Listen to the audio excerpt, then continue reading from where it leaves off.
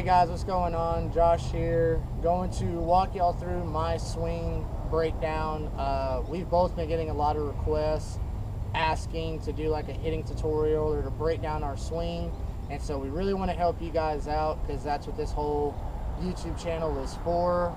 It's not to promote us or anything like that. It really isn't. It's just something for fun to show you guys what bats can do, and also to help you out as far as anything goes, whether if it's hitting, defense, just the game in general, just whatever. It's just supposed to be something fun to help out for the entire softball community. I want you guys to be successful.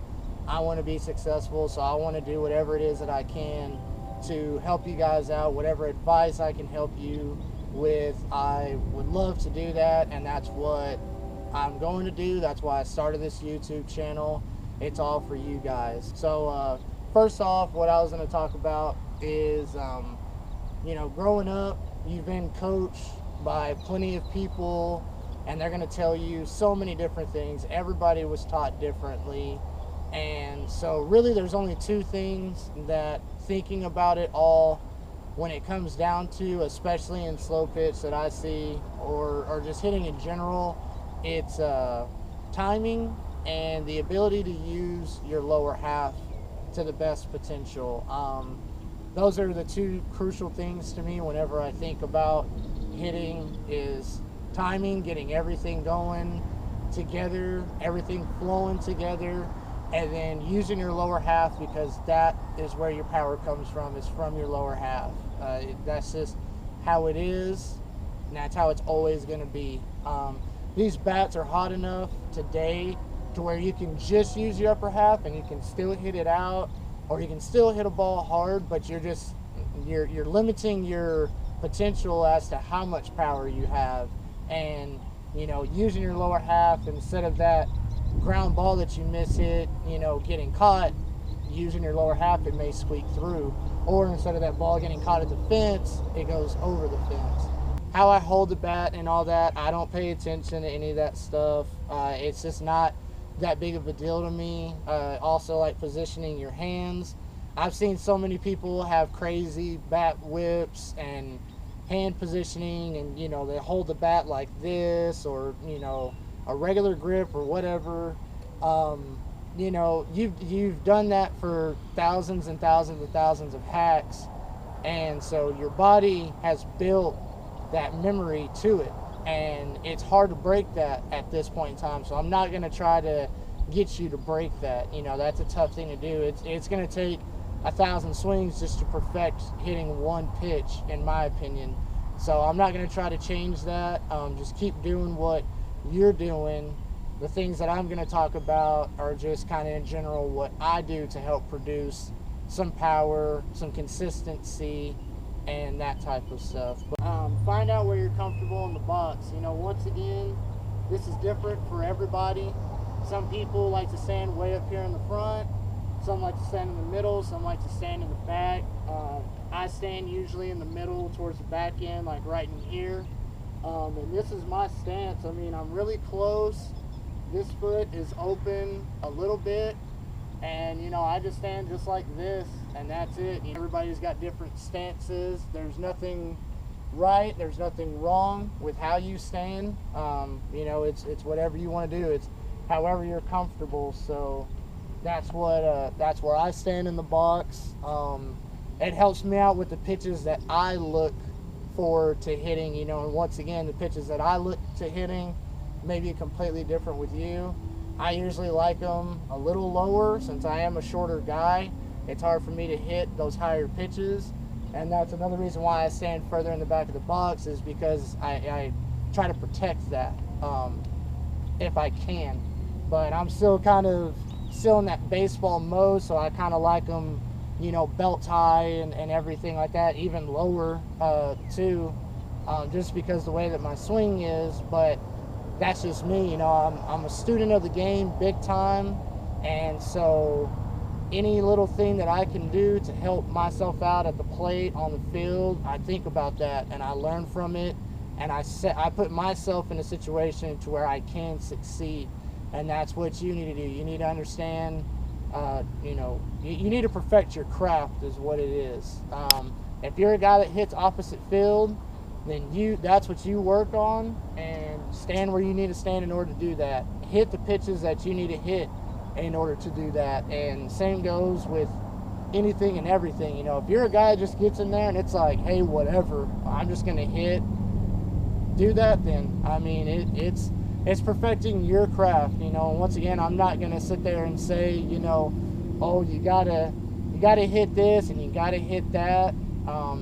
You know, because all of our mindsets are different towards this game. Some take it more serious than others, and so not knowing y'all all personally and just talking to you in a broad sense, perfect what you can do, and that's what's going to be successful, taking it from practice into the game. Another question that I get asked is, what's your difference between hitting for power and hitting for a base hit? My answer's simple. I don't change anything. I really don't. I throw everything that I have into every hit just because, like I said, I don't want to hold anything back and try to place the ball somewhere by trying to keep it in because we don't have any home runs and weakly hitting the ball and it gets caught. I'm going to believe in my abilities enough and my bat control to keep the ball in and still be able to hit the ball hard as if I were hitting a home run. The only difference that I have whenever I try to hit a home run is I emphasize trying to elevate the softball a little bit more. But other than that, majority of the time, like I told y'all, I'm a base hit type guy in a game. So my swing that I've developed is actually to just hit backspin line drives. That's the swing that I've developed. I'll miss hit some balls and I'll hit them into the ground because my swing is down.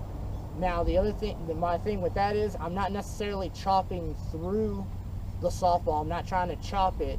My swing is just down because I still have that same baseball swing, and it helps me hit the lower half of the baseball. That's just, that swing right there is what I'm able to do to hit those line drives.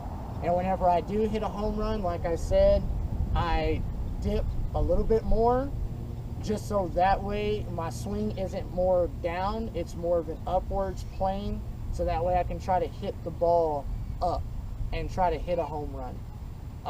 Now with that being said, even swinging down, yes, I will backspin a ball out every now and then, not meaning to.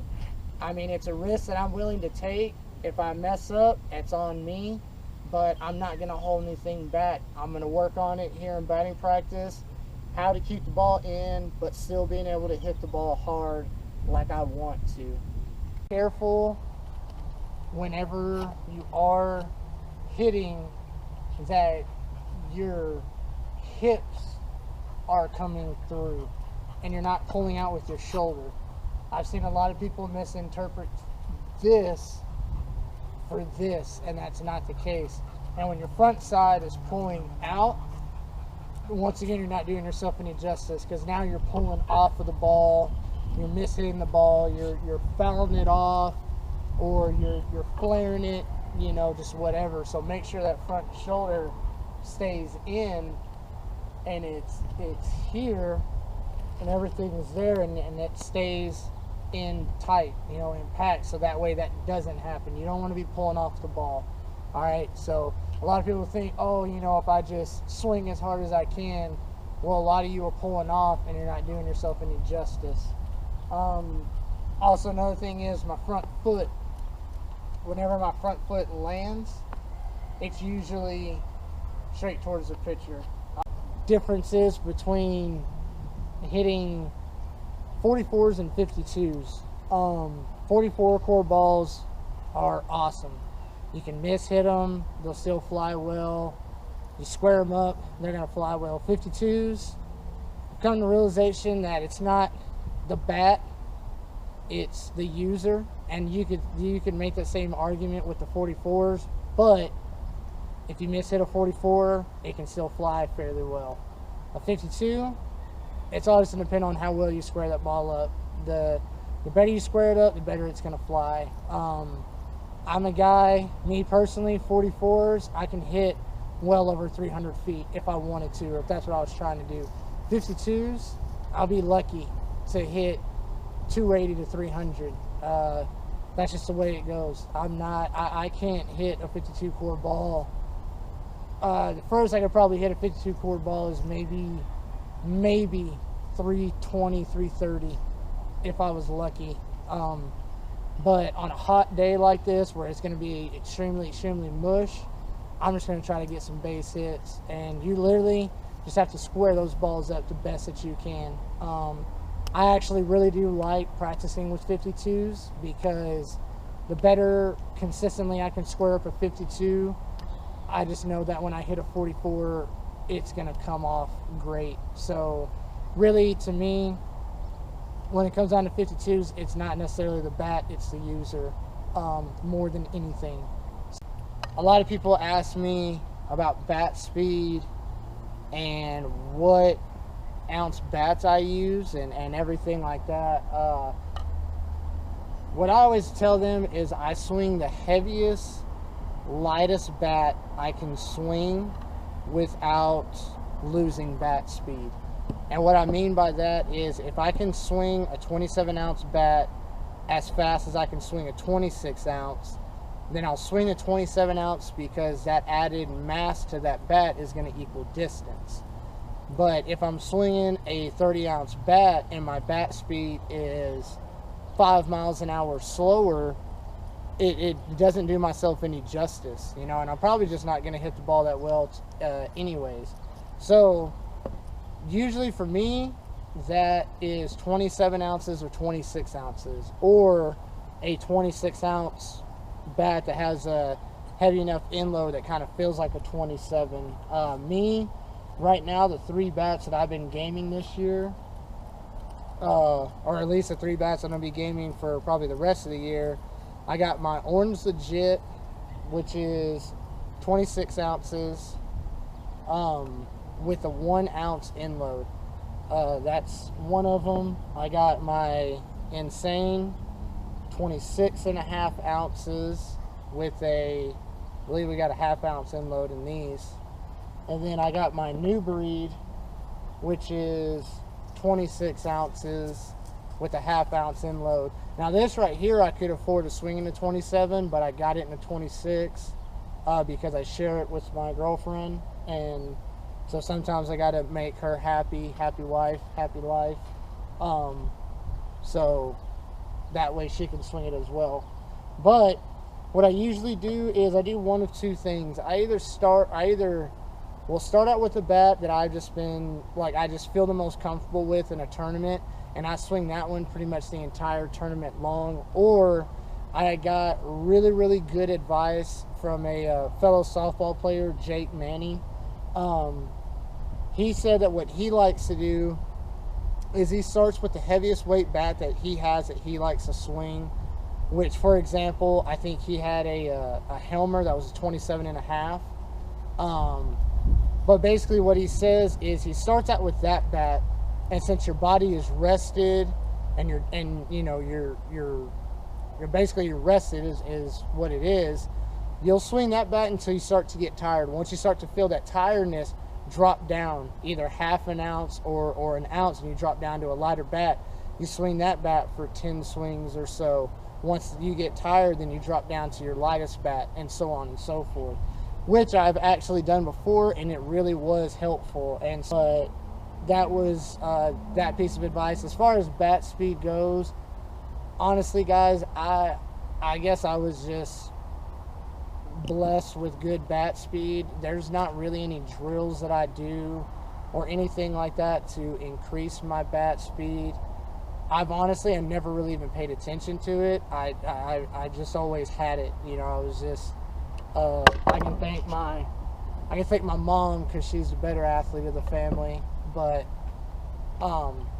yeah, I've just always had it, so I've never really paid much attention to it.